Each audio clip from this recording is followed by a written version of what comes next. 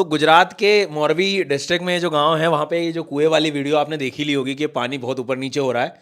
कुछ लोगों ने इसका भूकंप का अंदाजा लगाया, लेकिन कुछ अभी तक जो न्यूज़पेपर में खबरें आ रही कि इसका रियल रीजन क्या है वो जरा हम समझ लेते हैं। तो टाइम्स ऑफ इंडिया में ऐसे ही मैं देख रहा था, तो उन्होंने एक्चुअल में जो रीजन दिया वहाँ पे, तो कुछ थोड़ा सा रीजन बैठ भी रहा है दिमाग में। जैसे कि एक खाली ग्लास में जब आप पानी डालते हो तो जो एयर के बबल्स, जो खाली जो एयर जो होती है जैसे कैसे ऊपर आती है, तो उससे पानी का मूवमेंट भी थोड़ा सा आपको देखने को मिलता है। तो इन्होंने थोड़ा सा एक्वीफर का लॉजिक दिया है। अब एक्वीफर क्या होता है?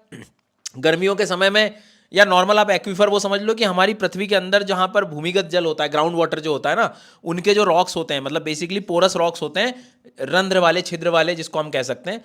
अब क्या होता है, नॉर्मली जब पानी का स्तर कम हो जाता है तो उसमें एयर, जनरली हवा जो है वो भर जाती है। अब एयर के पोर्स आ गए।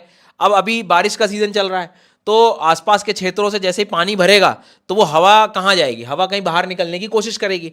तो ऐसा अभी तक पहली इंफॉर्मेशन ये आ रही है कि जब बारिश के समय पे जब ग्राउंड वाटर रिचार्ज हुआ होगा तो जो एयर के जो पोर्स थे, मतलब पोर्स में जो एयर थी बेसिकली, जैसे ही वो ऊपर आई धीरे धीरे धीरे धीरे, तो उसने जो कुएं का ये जो पानी है उसके मूवमेंट में कहीं ना कहीं एक तरह से योगदान दिया। सो बेसिकली वो ग्राउंड वाटर रिचार्जिंग को लेकर ये बताना चाह रहे हैं।